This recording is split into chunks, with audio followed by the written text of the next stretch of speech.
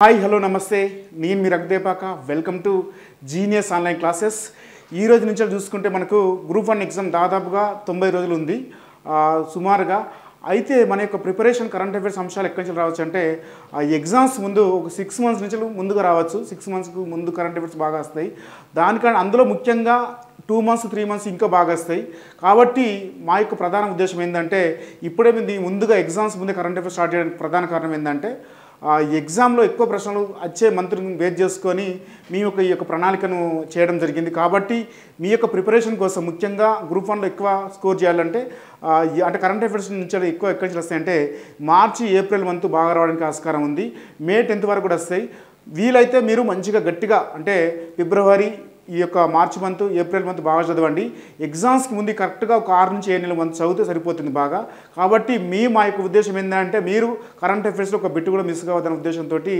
యొక్క ప్రోగ్రామ్ని తీసుకురావడం జరిగింది రోజు డైలీ కరెంట్ అఫైర్స్ అనే ఒక స్కీమ్ని కాబట్టి ఈరోజు మీరు ఇప్పటి నుంచి చాలా దీని మీద ఫోకస్ చేయండి ఎందుకంటే మీ యొక్క స్కోర్ పెరిగేది కరెంట్ అఫైర్స్ వల్లనే ఎందుకంటే కరెంట్ అఫైర్స్ అనేది అన్ని సబ్జెక్టులతో లింక్ అయి ఉంటుంది కాబట్టి అది చూస్తే పాలిటీ పరంగా ఉంటుంది ఎకానమీ పరంగా ఉంటుంది ఇట్లా తెలంగాణ స్కీమ్స్ పరంగా ఉంటుంది సైన్స్ అండ్ టెక్నాలజీలో ఉంటుంది అన్ని అంశాల్లో లింక్ అయి ఉన్న సబ్జెక్టు కరెంట్ అఫైర్స్ కాబట్టి దాని మీద ఫోకస్ చేయండి ఎందుకంటే international relations and current affairs మీదనే దాదాపుగా 30 ప్రశ్నలు దాకా ఉంటాయి కాబట్టి మీరు ఫోకస్ అంతా కూడా కరెంట్ అఫైర్స్ చేయండి మిగతా సబ్జెక్ట్ మీద 10 మార్కులు దాకా ఉంటాయి దాదాపుగా 40 మార్క్స్ కరెంట్ అఫైర్స్ బేస్ చేసుకుని ఉంటాయి కాబట్టి మీరు చాలా ఎక్కువ ఫోకస్ చేయాల్సిన అంశం ఏంటంటే మీరు కరెంట్ అఫైర్స్ మాత్రమే ఆ తర్వాత రీజనింగ్ మేము చేయండి ఒక 25 ప్రశ్నలు వస్తాయి కాబట్టి ఈజీగా క్వాలిఫై కావడానికి ఆస్కారం ఉంటుంది మీ ఫోకస్ అంతా కూడా ప్రిలిమ్స్లో ఒక 3-4 అంశాలు మేము బాగా ఫోకస్ చేస్తూ మీరు ఎక్కువ మెయిన్స్ మీద దృష్టి పెడితే విజయం సాధించడానికి ఆస్కారం ఉంటుంది ఓకేనా ఈరోజు ఈ కరెంట్ అఫైర్స్లో మొదటి అంశం వచ్చేసి ప్రపంచ కుబేరుడుగా అమెజాన్ అధినేత ఈ యొక్క నివేదిక ఏముంటుంది దానికి సంబంధించిన ఈ యొక్క ఆర్టికల్కి సంబంధించిన నివేదిక బ్లూంబర్గ్ బిలియనర్స్ ఇండెక్స్ 2024 మార్చి 5న యొక్క నివేదికకు సంబంధించిన నివేదిక రిలీజ్ అయింది దీని ప్రకారం ప్రపంచంలోనే అత్యంత ధనవంతుడిగా అమెజాన్ వ్యవస్థాపకుడు జెఫ్ బెజోస్ నిలిచాడని ఈ యొక్క నివేదిక పేర్కొంటుంది ఈ యొక్క నివేదిక ప్రకారం ఏది బ్లూంబర్గ్ బిలియనర్స్ ఇండెక్స్ నివేదిక ప్రకారము ఇతని యొక్క ఆదాయం చూసుకున్నట్లయితే దాదాపుగా $200 బిలియన్ ఇతని యొక్క ఆదాయము అయితే 2021 తర్వాత ప్రపంచ నెంబర్ 1 స్థానంలో నిలవడం అనేది ఇతనికి ఇది మొదటిసారి ఇది ఈ యొక్క నివేదికలో మొదటి స్థానాన్ని అమెజాన్ వ్యవస్థాపకుడైనటువంటి జెఫ్ బెజోస్ మొదటి స్థానంలో నిలవడం జరిగింది అతని తర్వాత టెస్లా CEO అయినటువంటి ఎలన్ మస్క్ ఈ యొక్క జాబితాలో $198 బిలియన్ డాలర్లతోటి రెండో స్థానంలో ఉండడం జరిగింది ఈ యొక్క జాబితాలో భారత్ నుండి $115 బిలియన్ ఈ యొక్క ఏది బ్లూంబర్గ్ బిలియనర్స్ ఇండెక్స్ జాబితాలో $115 బిలియన్ రిలయన్స్ ఇండస్ట్రీస్ అధినేత అయినటువంటి ముఖేష్ అంబానీ 11వ స్థానం నిలవడం జరిగింది ఇదే జాబితాలో భారత్ నుండి అంటే $110 బిలియన్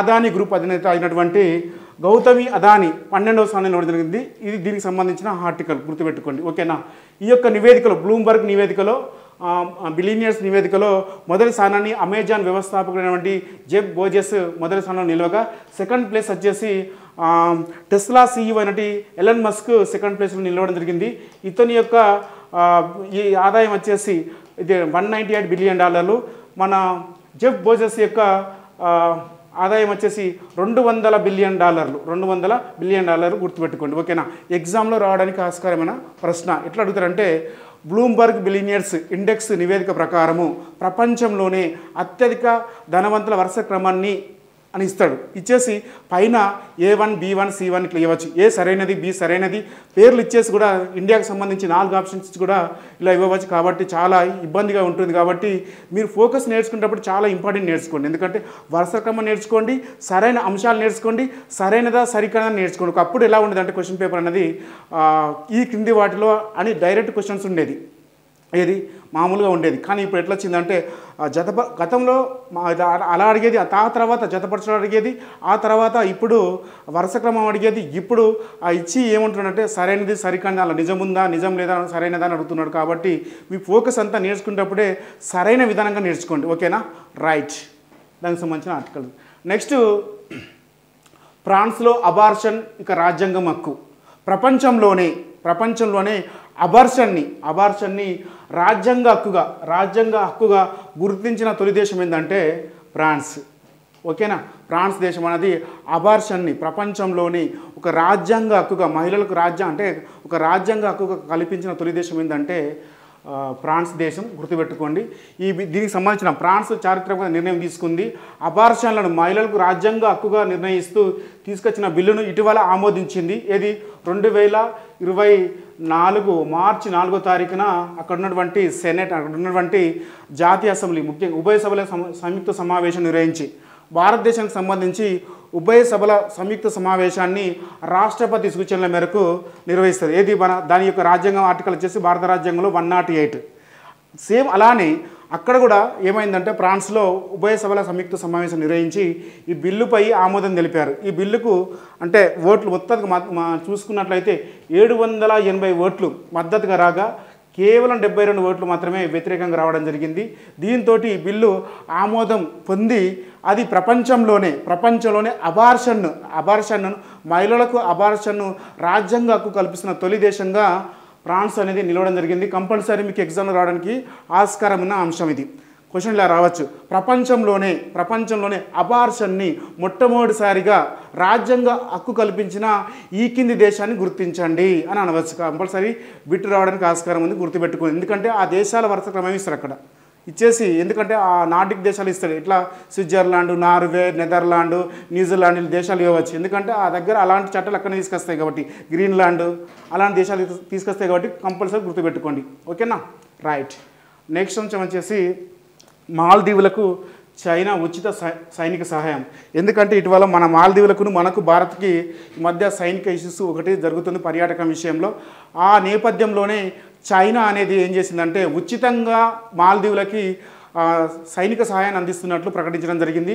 దానికోసము మాల్దీవుల రక్షణ శాఖ మంత్రి అయినటువంటి మహమ్మద్ గసన్ అలాగే చైనా మేజర్ జనరల్ అయినటువంటి జెంగ్ బావోకును ఇద్దరి మధ్య ఒక ఒప్పందం కుదిరింది. దీంతో చైనా దేశం అనేది మాల్దీవులకు ఉచితంగా సైనిక సహాయాన్ని అందిస్తుంది. ఓకేనా, ఇది గుర్తుపెట్టుకోండి. రైట్. నెక్స్ట్ ఖరీఫ్ నుంచి ఉచిత బీమా.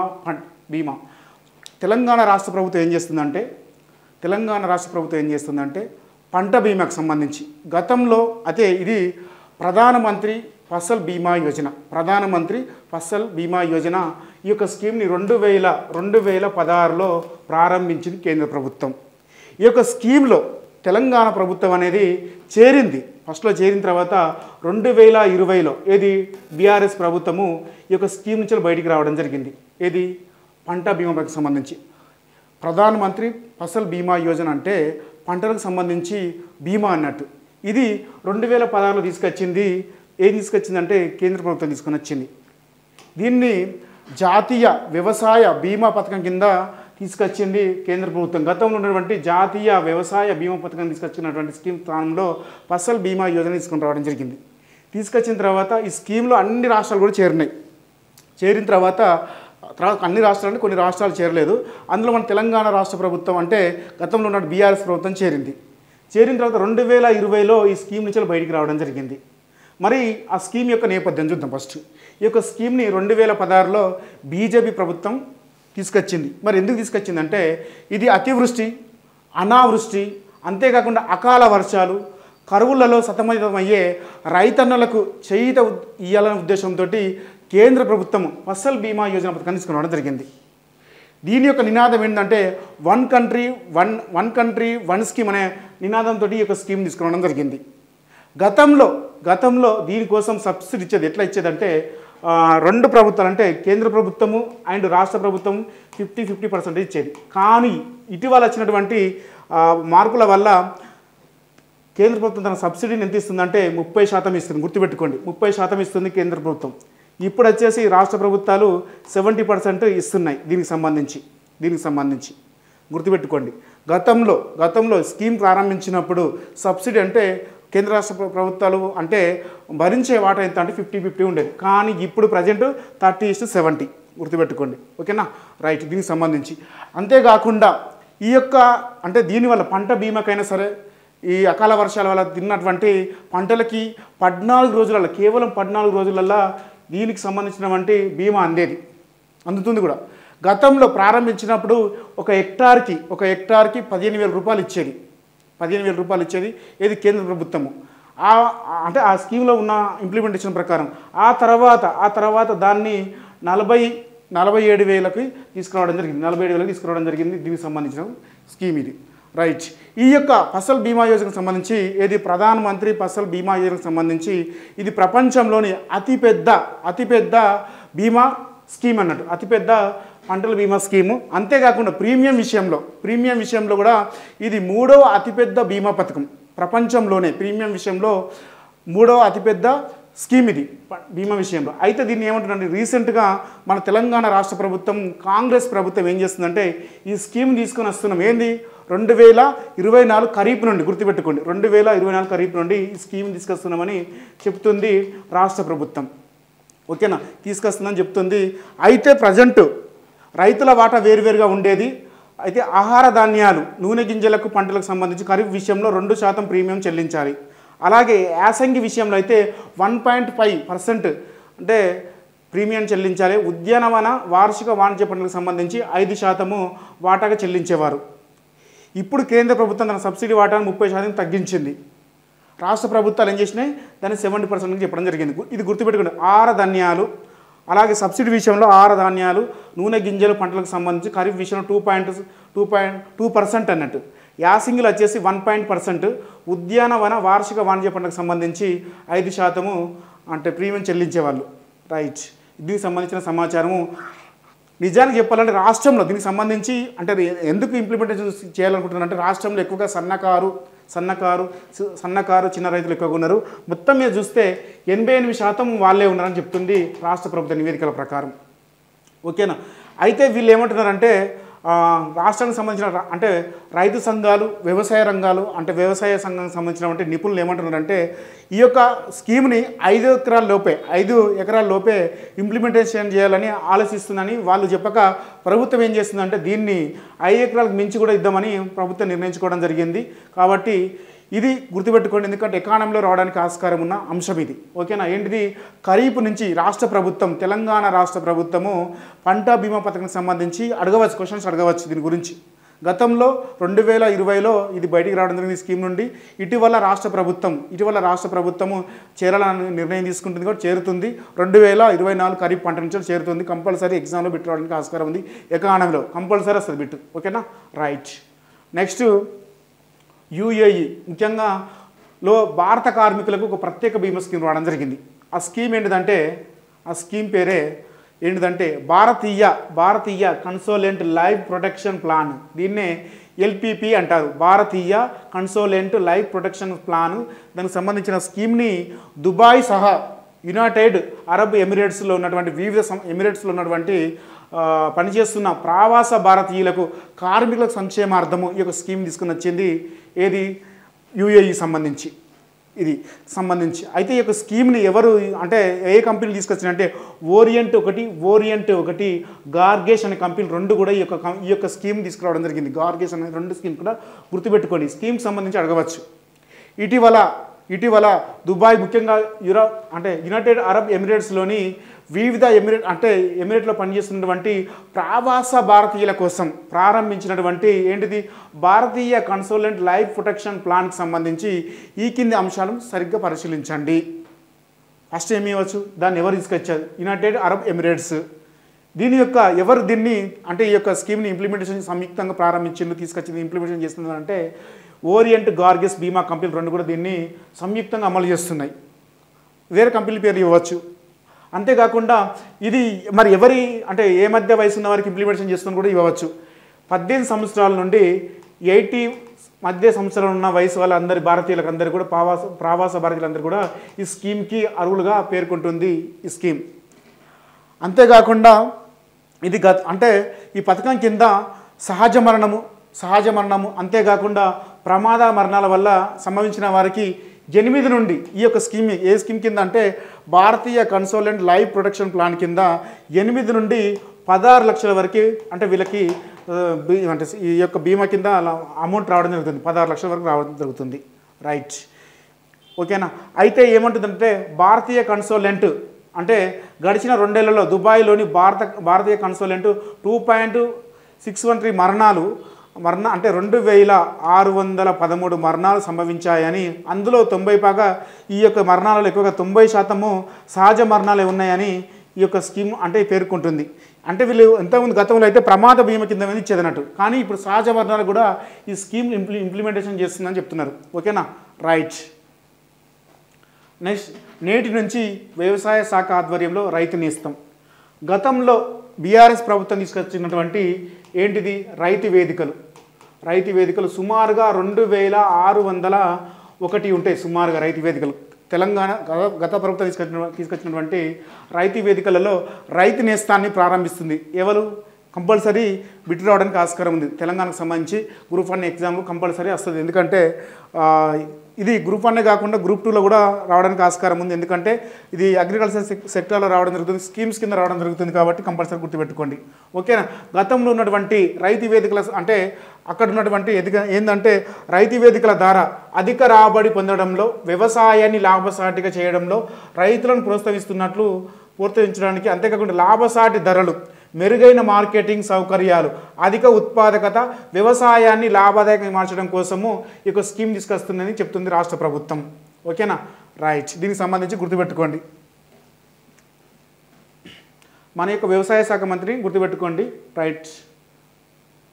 నెక్స్ట్, రక్షణ బడ్జెట్ను పెంచిన చైనా.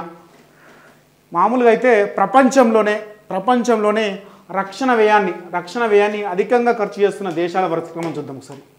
ప్రపంచంలోనే రక్షణ వ్యయాన్ని అధికంగా ఖర్చు చేస్తున్న దేశాల వరుస క్రమం కంపల్సరీ బిట్ రావడానికి ఆస్కారం ఉంది. 2024 ప్రకారము కంపల్సరీ వస్తుంది. అది 2024 ప్రకారము లెక్కల ప్రకారము ప్రపంచంలోనే రక్షణ రంగంలో అధిక బడ్జెట్ కేటాయిస్తున్న దేశాల వరుస క్రమాన్ని గుర్తించండి అంటాడు. అయితే ఇందులో మొదటి స్థానం వచ్చేసి ఎప్పుడు కూడా అమెరికా ఉంటుంది. దీంట్లో మొదటి స్థానం వచ్చేసి అమెరికా ఉండడం జరుగుతుంది. సెకండ్ ప్లేస్లో చైనా ఉంటుంది.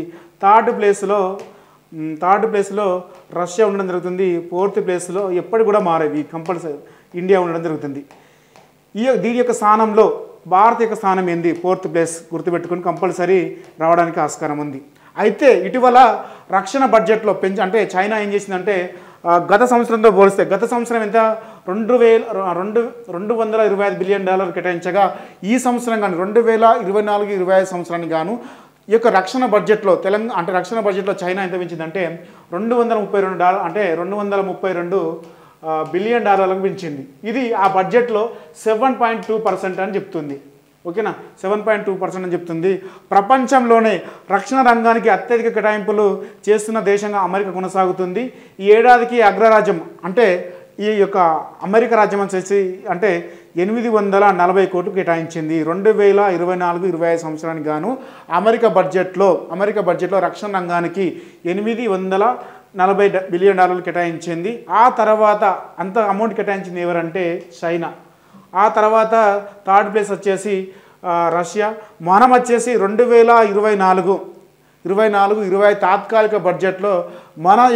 తాత్కాలిక బడ్జెట్లో రక్షణ శాఖకి 6,21,540 కోట్లు కేటాయించడం జరిగింది. ఓకేనా, రైట్.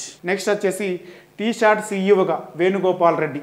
దీని యొక్క సీఈఓగా టీశాట్ వచ్చేసి సీఈఓగా వేణుగోపాల్ రెడ్డి నియమిస్తున్నట్లు తెలంగాణ ప్రభుత్వం 2024 మార్చి 5వ తారీఖున ఉత్తర్వులు జారీ చేయడం జరిగింది. ఓకేనా, ఇతని ముఖ్యంగా టీశాట్కి శైలేష్ రెడ్డి స్థానంలో ఇతను రావడం జరిగింది. ఇతడు సీఈఓగా 2 సంవత్సరాలు కొనసాగుతాడు. ఓకేనా, గుర్తుపెట్టుకోండి. రైట్. నెక్స్ట్, నిరుద్యోగిత 3.1. ఏంటి నిరుద్యోగిత అంటే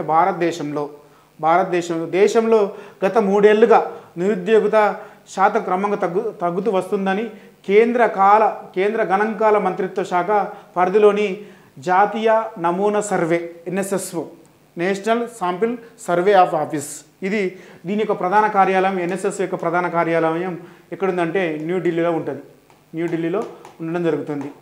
దీన్ని ముఖ్యంగా ఇది ఏం చేస్తుందంటే మామూలుగా దేశంలో సామాజిక ఆర్థిక నిర్వహణకు సంబంధించి అనగా ఆర్థిక జనాభా, వ్యవసాయము, పేదరికము అలాంటి నిరుద్యోగ అంశాలకు సంబంధించిన గణాంకాలను ఎన్ఎస్ఎస్ఓ ముద్రిస్తుంది.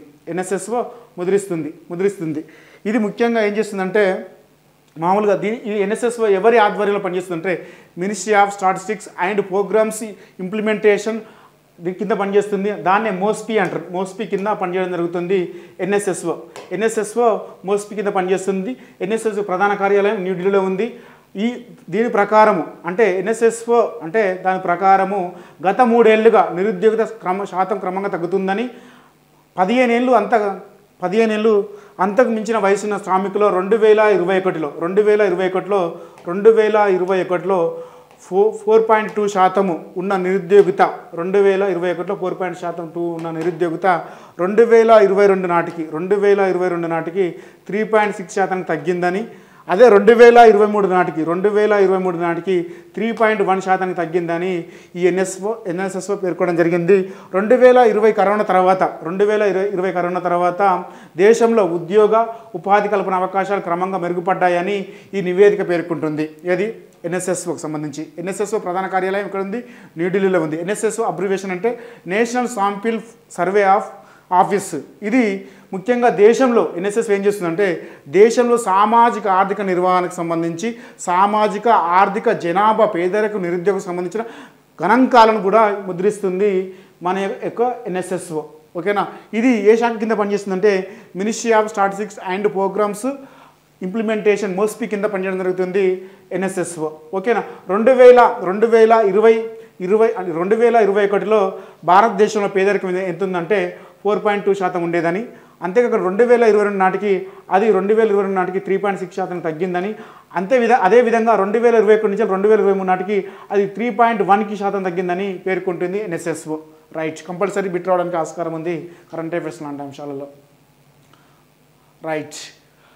అయితే న్యూస్ ప్రింట్పై కస్టమ్స్ సుంకం రద్దు చేయండి అని ఐఎన్ఎస్ ఏంటంటే ఇండియన్ న్యూస్ పేపర్ సొసైటీ తగ్గించండి అని భారత ప్రభుత్వానికి కేంద్రానికి ఇది ఏం చేసిందంటే ఇది ఐఎన్ఎస్ అంటే ఈ మధ్యలో అర్జీ పెట్టడం జరిగింది. అందుచేత ఇది వార్తలు నిలవడం జరిగింది. ముఖ్యంగా అంటే ఏంటంటే పేపర్ విషయంలో ఇతర దేశాల నుంచి మనం అంటే దాన్ని తీసుకొచ్చుకుంటూ ఉంటాం, రష్యా నుండి అట్లా అలాంటి దేశాలను తీసుకొచ్చుకున్నప్పుడు ఎక్కువగా సుంకం పడుతుంది కాబట్టి దాన్ని 5% కస్టమ్ సుంకాన్ని రద్దించండి. ఎంత ఉంటుందంటే 5% ఇది కంపల్సరీ అనుకుంటుంది అన్నాడు ఆస్కారం. కస్టమ్ సుంకం అంటే రద్దు చేయాలని ఇటీవల ఐఎన్ఎస్ అంటే national Indian news paper society కేంద్రానికి విజ్ఞప్తి చేయడం జరిగింది. అందుచేత ఈ వార్తలు నిలవడం జరిగింది. ఈ యొక్క సుంకం ఎంత ఉంటుందంటే కస్టమ్ సుంకం 5% ఉంటుంది. దీన్ని కూడా రద్దు చేయాలని కోరుతూ కేంద్ర ప్రభుత్వాన్ని డిమాండ్ చేయడం జరిగింది. ఏది ఐఎన్ఎస్. అది అందుచేత వార్తలు నిలవడం జరిగింది. నెక్స్ట్ వచ్చేసి రైట్ మనకు సంబంధించి గ్రూప్ 1కి సంబంధించి మన యొక్క జీనియస్ ఆన్లైన్ యాప్లో టెస్ట్ సిరీస్ ఉన్నాయి. Chapter wise and grand test series ఉన్నాయి. అన్నీ కూడా చాలా అప్డేట్ అంశాలు వస్తున్నాయి కాబట్టి మీరు ఎగ్జామ్ రాస్తే బాగుంటుంది. వీళ్ళు ఇప్పటికే మన దాంట్లో 1000 పైగా గత వారం క్రితం చూసుకుంటే 850 ఉండేది. ఆ తర్వాత 2 సార్లు చెప్పడం వల్ల ఒక 100 మంది రావడం జరిగింది. ఇప్పుడు ఒక 1000 పైగా రాస్తున్నారు. ఏది మన జీనియస్ ఆన్లైన్ యాప్లో గ్రూప్ 1 ప్రిలిమ్స్కి సంబంధించి వీలైతే రాయండి. 500 రూపాయలు ఉంటుంది. Chapter wise and grand test ఉంటాయి. ఓకేనా. రైట్. నెక్స్ట్ వచ్చేసి టీఎస్పీకి సంబంధించి గ్రూప్ 2కి సంబంధించి మన యొక్క జీనియస్ ఆన్లైన్ యాప్లో రఘుదేపక జీనియస్ ఆన్లైన్ యాప్లో గ్రూప్ 2కి సంబంధించి గ్రూప్ 1 ఫిలిమ్స్, అలాగే group 2 full course, group 3 full course, group 4 full course మొత్తం కలిసి ఫుల్ కోర్సు 4 సబ్జెక్ట్కి సంబంధించిన ఫుల్ కోర్సు, అలాగే టెస్ట్ సిరీస్ కూడా మొత్తం గ్రూప్ 1కి సంబంధించిన టెస్ట్ సిరీస్, అలాగే గ్రూప్ 2కి సంబంధించిన మొత్తం టెస్ట్ సిరీస్ 4 పేపర్లు, పేపర్ 1, పేపర్ 2, పేపర్ 3, అలాగే గ్రూప్ 4కి సంబంధించిన టెస్ట్ సిరీస్ పేపర్ 1, పేపర్ 2కి సంబంధించిన టెస్ట్ సిరీస్ మొత్తం కూడా కేవలం 1000 రూపాయలకి ఇవ్వడం జరుగుతుంది. గ్రామీణ ప్రాంత విద్యార్థులను దృష్టిలో పెట్టుకొని ఎక్కడ చూసినా కూడా చాలా అమౌంట్ ఉంది మార్కెట్లో కాబట్టి వాళ్ళకు ఉపయోగపడుతుందని నేను తీసుకున్న వాళ్ళందరూ కూడా చాలా ఉపయోగకరంగా చాలా వీడియోస్ చేస్తా భవిష్యత్తులో. ఎందుకంటే ఎగ్జామ్స్ పెడతా వాటికి సంబంధించి ఎవరైతే ఆ కోర్సు తీసుకున్నారో వాళ్ళందరూ కూడా ఉపయోగపడే విధంగా దాదాపుగా 450 నుండి 480 మార్కులు దాటే వాళ్ళ ఎక్కువ చేయాలని నా కోరిక. ఎందుకంటే నా వల్ల కనీసం ఒక 500 పోస్టులను కొట్టి వెళ్ళాలని అనుకుంటున్నాయి సార్. మొత్తం మీద గ్రూప్కి సంబంధించి గ్రూప్ 2, గ్రూప్ 3కి సంబంధించి జీనియస్ పబ్లికేషన్ తరపున అండ్ జీనియస్ ఆన్లైన్ తరపున వాళ్ళకి కంపల్సరీ జాబ్ చేయాలనే ఉద్దేశంతో ఆ కోర్సు తీసుకున్న వాళ్ళందరూ కూడా నేను చాలా ప్లాన్ చేస్తాను. నెక్స్ట్ వీళ్ళకి తీసుకోండి. ఒక జస్ట్ 20 డేస్ తర్వాత చేస్తా ప్లాన్ కూడా. బాగా చదవండి, దానికి సంబంధించి ఆ కోర్సు తీసుకోండి. వీలైతే ₹1000 కానీ మీకు ఆ కోర్సు తీసుకున్నా కానీ టెస్ట్ సిరీస్ చాలా ఉపయోగపడతాయి. దాన్ని నేను చాలా మంచి ఒక విధానం ఉంది, ఆ విధానం తీసుకుని రావడం జరుగుతుంది. ఆ తీసుకున్న వాళ్ళందరికీ కూడా ఓకేనా, రైట్. నెక్స్ట్ మిషన్ సంకల్పంకి సంబంధించి టీఎస్పీకి సంబంధించి గ్రూప్ 2కి సంబంధించి గ్రూప్ 3కి సంబంధించి ఫుల్ కోర్స్ ఉంది. వీలైతే ఇదైనా తీసుకోండి, వీలైనా ఎవరైనా సరే మంచిగా ఉపయోగపడుతుంది గ్రామీణ ప్రాంత విద్యార్థులు. అలాగనే టీఎస్పీకి సంబంధించి గ్రూప్ 1 ఫిలిమ్స్కి సంబంధించిన కోర్స్ ఉంది. ఆన్లైన్ క్లాసెస్ కేవలం ₹1000 online classes and test series మొత్తం కూడా ఇంత చూపించినటువంటి టెస్ట్ సిరీస్ కూడా ఇందులో వస్తాయి. ఇలా ఆన్లైన్ క్లాసెస్ కూడా ఉంటాయి, వీలైతే తీసుకోండి, రైట్. నెక్స్ట్ మన జీనియస్ పబ్లికేషన్ నుండి వెలువడిన అన్ని పుస్తకాలు కూడా గ్రామీణ ప్రాంత విద్యార్థులను దృష్టిలో పెట్టుకొని చాలామంది కూడా కాల్స్ వస్తున్నాయి, కంపల్సరీ తీసుకోండి. పుస్తకాలకు సంబంధించి గ్రూప్ 1కి సంబంధించి పుస్తకాల వీడియో కూడా రేపు చేస్తా. ఎందుకంటే ఎలా ప్రిపేర్ కావాలి, ఏ పుస్తకాలు తీసుకోవాలి, ఏ సబ్జెక్ట్కి ఎట్లా చదవాలి, ఎట్లా చదివితే మనము ఎక్కువగా స్కోర్ చేయవచ్చు ప్రిలిమ్స్ ఫోకస్లో. ప్రిలిమ్స్కి జస్ట్ మీరు 4-5 గంటలు మాత్రమే పెట్టుకోండి, ఎక్కువ టైం అంతా మెయిన్స్ పర్పస్లో పెట్టుకోండి. మీకు యొక్క అంటే మెయిన్స్ని ఎక్కువ ఫోకస్ చేస్తూ రెండింటిని చేస్తూ బ్యాలెన్స్ చేయగలిగితే మీరు విజేతగా నిలుస్తారు. ఇవన్నీ కూడా మన raghudeepaka.com అనే వెబ్సైట్లో ఉన్నాయి. తెలంగాణ సమాజం, తెలంగాణ సంస్కృతి, అలాగే తెలంగాణ చరిత్రకు సంబంధించిన English medium Telugu medium, Telangana ఉద్యోగం సంబంధించిన ఇంగ్లీష్ మీడియం తెలుగు మీడియం, ఎకానమీకి సంబంధించిన ఎకానమీ ఉన్నది, ఇండియన్ హిస్టరీ కూడా ఉంది. ఆ ఎకానమీ జస్ట్ ఒక 10 days అండ్ 15 daysలో ఇంగ్లీష్ మీడియం కూడా మన పుస్తకం రెడీ అవుతుంది ఇండియాకి సంబంధించి. అది కూడా రావడానికి సిద్ధమైంది, మార్కెట్లో రిలీజ్ చేస్తాం. కరెంట్ అఫైర్స్ కూడా ఈ మంత్ ఎండింగ్లో లేక 20 లోపు కరెంట్ అఫైర్స్ ఇది సెప్టెంబర్, అక్టోబర్, నవంబర్, డిసెంబర్, జనవరి, ఫిబ్రవరి, ఈ మార్చి 20 వరకు సంబంధించిన సమాచారం అంతా కూడా నేను ప్రింట్ చేసి ఇస్తా, తక్కువ రేటుకే ఇస్తాము. నెక్స్ట్ మంత్ అంటే ఏప్రిల్ మొత్తం కూడా నేను ఫ్రీగా పెడతా, దాన్ని రోజు కూడా అంటే తీసుకునే వాళ్ళందరూ కూడా ఫ్రీగా పెడతా. కాబట్టి వీలైతే కరెంట్ అఫైర్స్ బుక్ కూడా తీసుకోండి, ఓకేనా. అందరికి థ్యాంక్ యూ. వీలైతే ఈ యొక్క వీడియోని మీ ఫ్రెండ్స్కి షేర్ చేయండి, సబ్స్క్రైబ్ చేయండి. ఓకే, అందరికి ఆల్ ది బెస్ట్, రైట్.